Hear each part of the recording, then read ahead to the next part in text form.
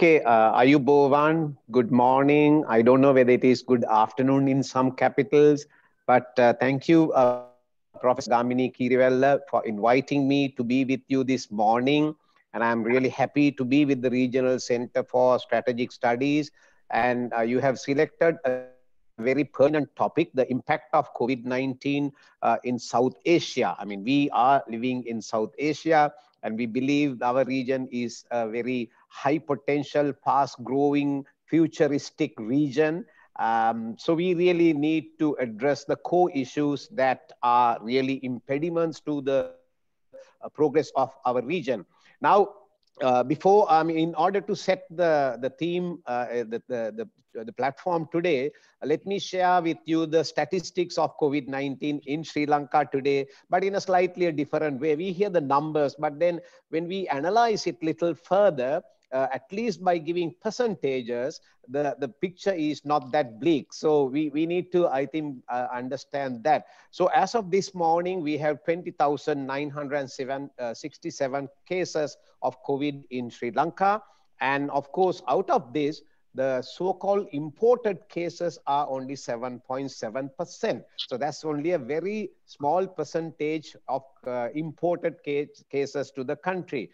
We have had few clusters. One was called the Navy cluster, then came the Kandakkadu cluster, then came the Minuangoda and the Paliagoda cluster. So unfortunately, the Minuangoda and the Paliagoda cluster is, as of now, 83.1% of the total number is this Minuangoda and the Paliagoda cluster. So this is the issue, of course, because if we call the initial phase of COVID, Sri Lanka did extremely well.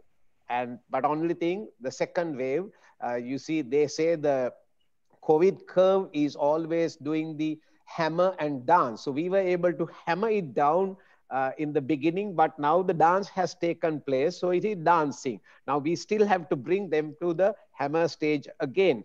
Now the other statistics that I like to share with you is, if you look at the total recovered rate, that's 74%. I mean, 74% of COVID positive cases in Sri Lanka have already recovered. And look at the death rate, it is only 0.4%. So that's not even half a percent. 0.4% is the death rate. And as of now, in the hospitals, we have about 5,400 cases.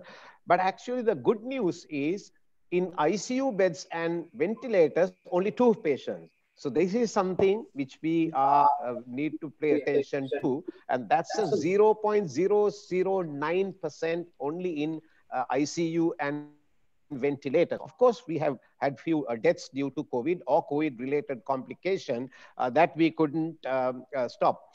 Now, few words about Sri Lanka's strategy, because we are talking about the South Asian region. We based our strategy, the top pillar was prevention. I mean, we wanted to prevent COVID coming into the country. We wanted to prevent, if COVID comes into the country, how we prevent it is going to be spreaded to the society. So our motto in that was the life matters. When many countries had given up, fighting the COVID, they say, okay, let it settle down on its own. We were not doing that. We said life matters. Protecting our right to life is of critical importance in Sri Lankan context.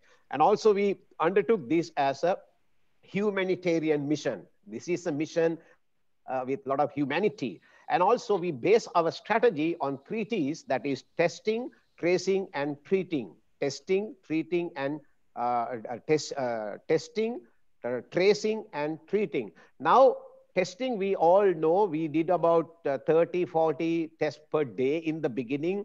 But within about a week, we could go on to 300 tests per day. But now it has gone to about 15,000 to 20,000 tests per day. And on tracing, we have not used technology a lot. It was basically on human intelligence that the tracing were conducted by having the police, by the public health inspectors, the Grama Niladaris. That is the tracing. Then, of course, treating. We all know that there is no proper treating or a cure for the disease. But, people, I think they go into the hospital, but even without any treatment, a majority of them survive and come out. Now, when you talk about the measures that we have taken in Sri Lanka, one was to restrict the mobility. I mean, Sri Lanka has really done very well in the initial phases or for about 7 months, restricting mobility. I mean, minimizing COVID infection through restricting mobility. And then, of course, identifying the vulnerable groups and vulnerable communities and targeting them and vulnerable areas, and then the control measures, whatever the public health, or we all know this is a public health emergency, this is a pandemic. So whatever the control measures that we can. And then while we were doing it, we enhanced our capacities and capabilities in our hospital system greatly. I mean, earlier we were doing very little, but then we did very well. And then we followed WHO regulations to the letter. I mean, we didn't deviate from the WHO recommendations. And then, of course, there were issues when we have restricted mobility, when we have closing down of the region. We had issues of distributing food, distributing medicine, distributing financial aid or the packages, and that was done. And then, unfortunately, we had to close our businesses, close our schools, and then, of course, we went online learning. And then we went, I mean, not only we devised the work from home concept. Even now, even this week, a majority of us are working from home, but I'm in the office because I don't have that luxury. But my Ministry of Foreign Affairs, only 25% of people are actually coming to the office because of the restricted mobility restriction on the work, not restriction, but the work from home concept. Now, while we are doing it, we have been taking Sri Lankans back. And as of today, we have brought 46,500 people from 126 different countries. So that's a great achievement for a small country like that. In addition to that, we had to take the medicine, the toolkits, all that is needed for carrying out testing from various countries. Unfortunately, we were not producing medicine, especially for COVID treatment. So all that was done. So now, ladies and gentlemen, having given what Sri Lanka has been doing, success story, and then bit of a trouble story, and trying to bring the COVID curve back, let me focus a bit on this multi-dimensional threat posed by the COVID-19 and the implication to the South Asia.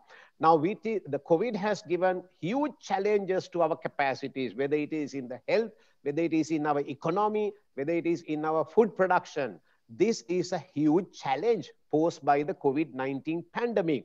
And we really have to understand the impact of the vulnerable communities, the people, I don't want to use the word poor people, but then the daily wage earners, people who are living by sustaining by earning a daily wage. They were hugely impacted because if you look at the tourism industry in Sri Lanka, one of the top income foreign revenue earners, and that has come to virtually a zero, right? Now, hotel industry has become very vulnerable. Now, projects, we had embarked on many projects to progress the country, but then we had to slow down many projects. Now, I think one of the worst areas of this COVID pandemic is the psychoseismic shock, I like to call it. It is kind of a shock we are getting because we had never experienced a pandemic in our lifetime. And similarly, you know, the 2000 tsunami, when it hit, we had never experienced a tsunami in this country. Of course, they say historically 2000 years ago, there was something, but then in our lifetime, we had not. But similarly, this we had not experienced. So therefore, there is a psychoseismic shock, and people become restless, people become agitated, people lose hope. That's really a bad thing. I mean, what to do? People think, oh my God, we might die. So why should we do this? Why should we work hard? Why should we study hard? Because we are going to be finished. So people lose hope. That's not really good for us. And then some people try to stigmatize these cases. You know, COVID patient, oh my God, we are not even getting closer to him. The whole family stigmatized. And the media should be really blamed for creating the psychological impact on the people who are actually suffering. We should really support them, not to stigmatize them. Now, the question is, will COVID change everything? Well, we know, ladies and gentlemen, now we were on a journey of globalization, but now we are talking about globalization, globalization versus globalization. And we are also talking about nationalism against internationalization.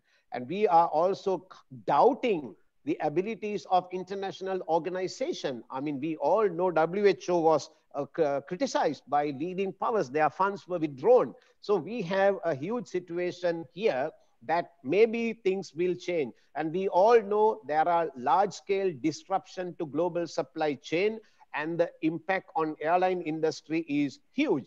Now we are all waiting for the vaccine to come. Now, we don't know whether this vaccine will also be caught up or dominated by the medicine mafia, so to say. Affordability of this vaccine to less developed countries like Sri Lanka, availability of this vaccine for countries like Sri Lanka and the South Asia, because we are not producing it. It has been produced in America, UK, Germany, Russia, and China.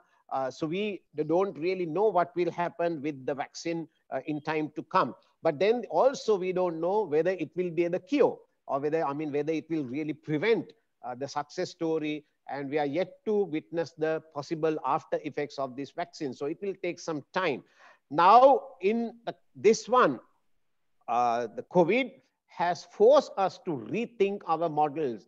COVID has forced us to rethink our economic model, force us to rethink our medicine model, force us to rethink our approaches to the public health issues. So this is a very important aspect, and we are going through a transition like any other country. Now, in that, I mean, one thing pertaining to the foreign ministry or the foreign relations is that we are really focusing on promoting economic diplomacy. I mean, we were very good in promoting, I mean, we were very good in practicing international political diplomacy. But now we want to, while retaining that, we want to focus our shift to economic diplomacy, because we need to develop our country. You see, we were an import-dependent economy. So we need a transformation from import-dependent economy to export-oriented economy. So now we need to change our production. We need to change our industry.